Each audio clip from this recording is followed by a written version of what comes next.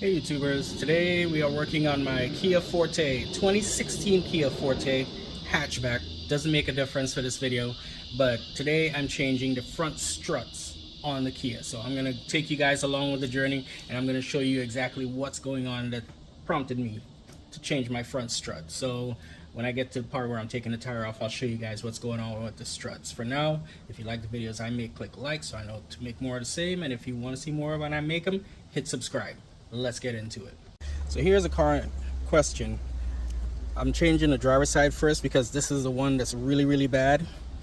Here's the strut. I bought a loaded strut. I bought two loaded struts actually. The other one's in there. Loaded strut means that it comes with the spring already on it. The whole thing is assembled. So all you have to do is unbolt all the suspension parts that are down here, unbolt the top part where the strut tower is, and then remove it and then put the new one in. Save some time, saves a whole lot of headache, and also I don't have a spring compressor, which I may end up buying down the road, but as of right now I don't have a spring compressor, so I wouldn't be able to swap out just the strut and reuse the spring even if I wanted to. On this car, the way this car is designed, you can see where the front wheel is. It's lined up almost with the A-pillar. That's important because the strut tower is right about here. It's basically under the windshield, almost. So the first step in this process before I even take the tire off is I have to remove both windshield wipers because this plastic cowl is going to have to come off. So there's a little tab space under here. I don't know if you can see it, but there's one there and there's one there, and these just pop off, and then you unbolt the windshield wipers, remove them. You can't put them in wrong because one of them is like twice the length of the other one. So I'm going to take those off, and then once I get those off, pop the hood, and we're going to start taking this cowl section apart to where you can see the strut tower. Once I get the strut tower exposed, then I'm going to remove the tire, jack the car up, remove the tire, put it on jack stands, and we'll work on removing the actual strut. I took these caps off just using a flat screwdriver. Just put a flat screwdriver under there, pop them off. They don't go left to right. You just pop them in, pop them out. Pretty straightforward. And then the bolts are 14 millimeters. I got my socket on here. I got a long socket so I don't get down into where the hood is. So I got my 14 on here. I'm going to take these off, and once I get the nut off, then you raise the wiper arm like this and just kind of wiggle it and it'll come loose. So let me get into that.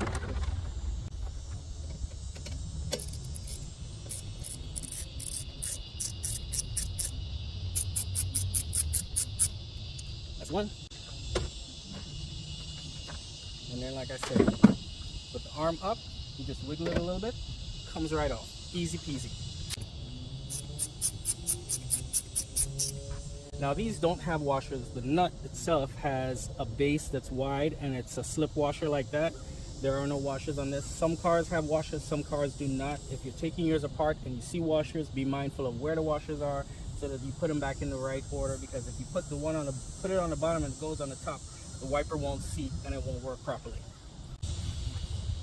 Now, with the hood up, I can see that there used to be plastic fasteners on here that I guess the previous owner removed. There's this plastic piece on the end here, and this pops out of this cowl, and then it slides down along the windshield to get it out. Same thing on the other side. You pop it out from the cowl, and then you slide it down from the windshield. Reinstalling it is the same thing. You slide it up along the windshield. There's one side that catches the side of the A-pillar, and the other side that goes down along the windshield. And then once you get it in correct position with the windshield, you just pop it down in place. So let me get the other side.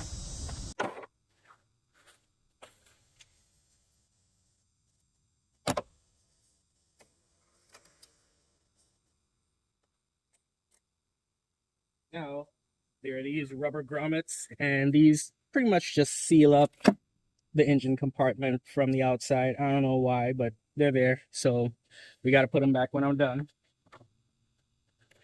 And since someone already did me the favor of removing all of those plastic grommets, this should just slide down from the windshield and then come right out. Except that there's this hose, which I believe goes to the windshield washer. Yeah. I have to remember to thread that through when I'm putting the thing back, but it just slides down from the windshield. there's a lip edge that goes up against the windshield, so you have to slide it down and away from that. And then once it's like that, this is out. Now, like I said, there are plastic grommets. There's one here, one here, one here, and one on the other side. There's 4 of them, and they're all missing, I guess, from the previous owner. 1, 2, 3 nuts holding the strut tower onto the body of the car. So we've done everything that we need to do up here for now. I need to jack the car up, take the wheel off, remove the suspension components that are connected to the strut, and then I can take it off. Okay, so here we have the wheel. I'm about to jack the car up. This is the problem with this strut. So struts bound when they expand and rebound when they they bound when they contract and rebound when they expand.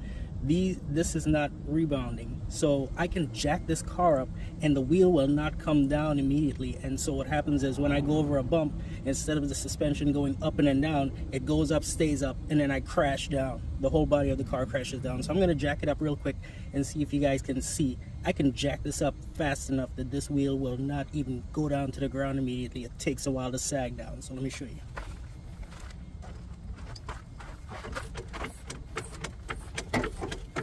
See, it's off the ground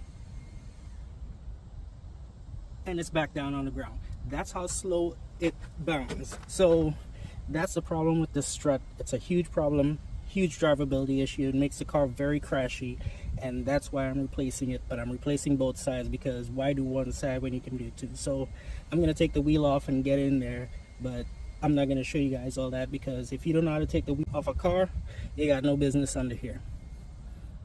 Got the tire off. I'm gonna put a piece of cardboard on here so I can sit and be comfortable while I'm working under here.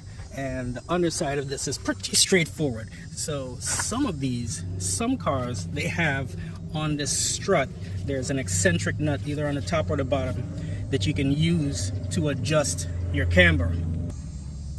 This isn't one of those. These are just bolts and nuts. You just remove the bolt and nut on here, but before that happens, there is a retainer here holding the brake line and another retainer here holding the wheel speed sensor. So I need to disconnect this one. Looks like it's a 12. This one looks like it might be a 14. And then once I get those off, the really hard part is these bolts and nuts. These things are usually tightened on there really good. And then once I get those off, then I'm going to take off the strut tower nuts. And the reason why I take those off last is so that I'm not trying to fight the weight of this strut while I'm taking everything off. It can just hang there, and then I take the strut tower nuts off. Oh, almost forgot, I also need to remove the sway bar link, which I don't know, that looks like it might be a problem, because sometimes with these sway bar links there is an inset in there where you could put what you call it, torques, or sometimes a hex driver to hold it in place while you loosen the nut. This doesn't have that. It just has a nut on there, so hopefully when I'm trying to remove it, it doesn't just spin around and around and make my life difficult. Yeah, here's the bottom side of that sway bar link. I don't know, I'll figure that out. I don't even have my impact driver anymore, so I can't just zoop it out, but I think I'll take that off first, because that looks like it's going to be the biggest headache in this whole process. Alright, here are the sockets you're going to need in order of appearance.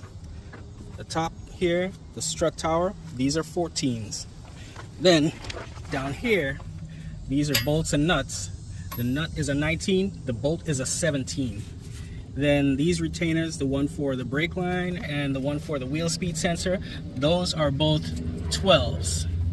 Let me make sure. Yep, those are 12s. And then your sway bar link is going to be a 17.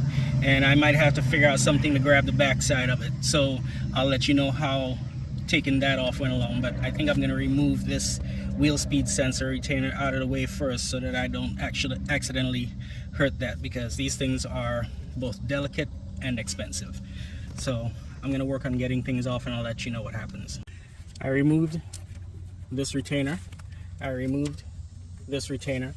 And I removed the nut off of the sway bar link. So here's my tech tip of the day. It happened by accident, but here's the tech tip. The other side of the car is not jacked up, so there is load on the suspension on the other side. As a result, this sway bar link is pushing up and creating a lot of torque on this nut, on this bolt, which made me able to loosen the nut because it's trapped in there. Now, to get the sway bar link out of here, my options are I can either jack the other side of the car up to take the stress off of this, or I can pry down on the sway bar down here to take the stress off of it and then push it back out. But yeah, it's just the way things worked out, that this side, because the other side of the car isn't jacked up, it was creating enough force on this nut, on this bolt, that I was able to remove the nut without any problem. So I'm going to take that sway bar link out, and then it's just going to be a matter of removing these nuts and bolts here and then going up top.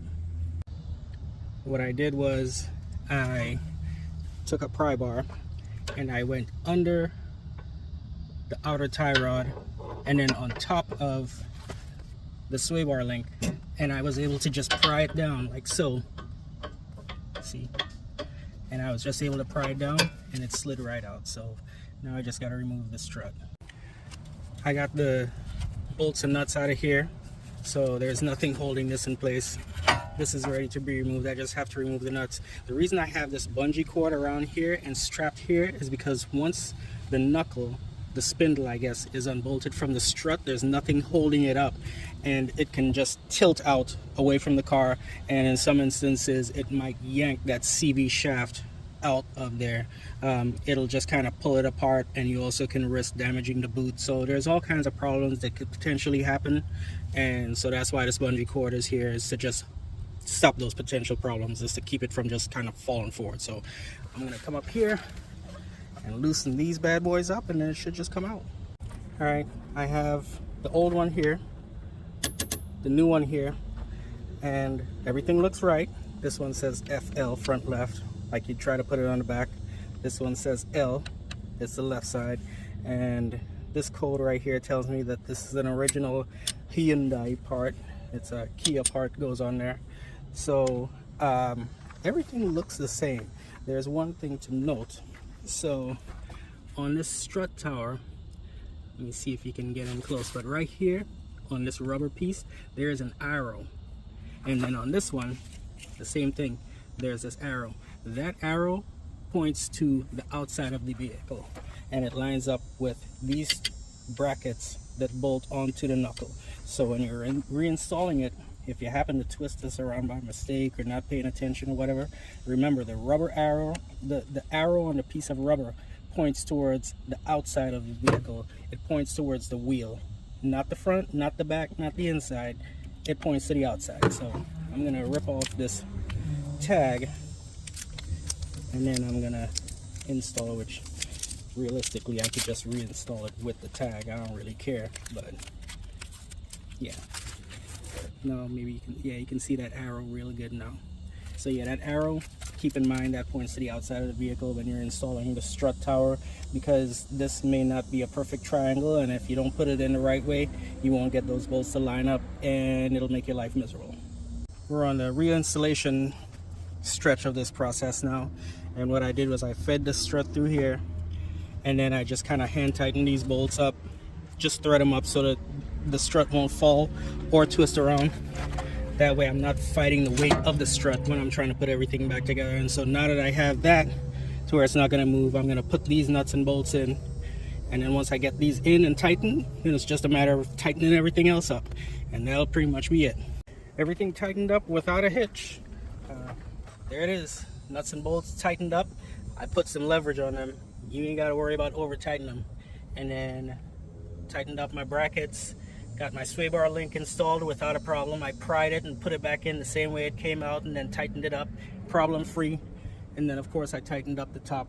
I used the original Kia hardware instead of these bolts that came with the strut, just because I find that the OEM hardware tends to be a really high quality, a high grade, and so that's why I used those instead of these. They might have been just fine, but I feel better using the old ones, so that's what that is. Other than that, you know, everything went fine. The only thing left to do now is to go around to the passenger side and repeat the process, but I'm not going to bore you with doing the same thing twice. So that's, stay safe. But wait, there's more. You see, I did this whole process that you watched 2 days ago. So I've been driving the car for 2 days, and I have to say, the struts that I bought are perfect. So the manufacturer that I got it from is TRQ. I've heard good things. I've never actually used their product. This is the first time. And the spring rate on these springs, so I got loaded struts, as you remember, the spring rate is much better than the original spring rate. The original spring rate was very hard and crashy.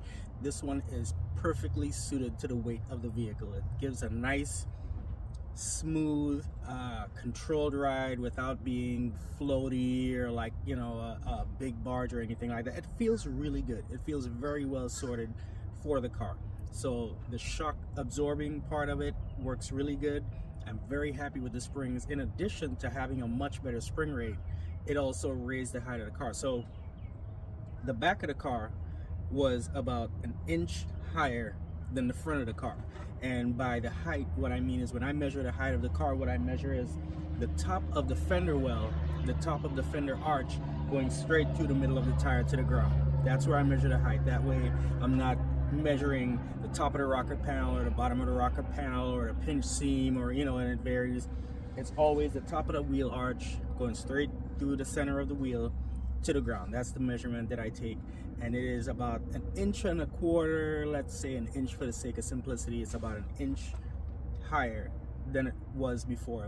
It was an inch lower than the back. Now it's the exact same height as the back. It's a quarter inch higher. Okay, now it's not all sunshine and roses. There was one problem with the struts that I had to address, and I'm going to show you guys on the old one because I'm not going to take the tire off just to show you that one thing. So let me show you.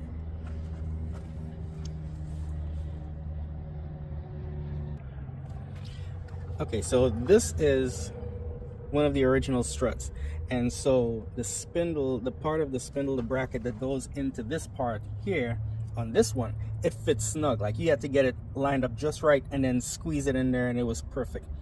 On the TRQ strut, this side and this side, the gap in between is a little bit bigger. It's just a hair bigger, to where when you try to tighten it down, it's trying to pinch this bracket together.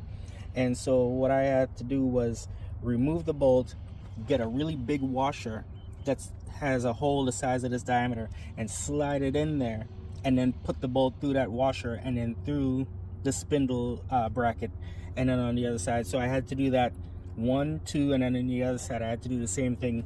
It was also a little bit big on the other side, so I don't know if that's just their manufacturing defect that they have or what the situation is, but it wasn't the correct width. On this one, it was on the TRQ one, it was a little bit wider. It was probably the width of this metal right here, wider, and so I just had to slip some washers in there. Problem solved, easy peasy. Everything else lined up perfectly. The top mounts lined up perfectly. Everything was good, and I absolutely love the ride height. So that's all I got for you guys.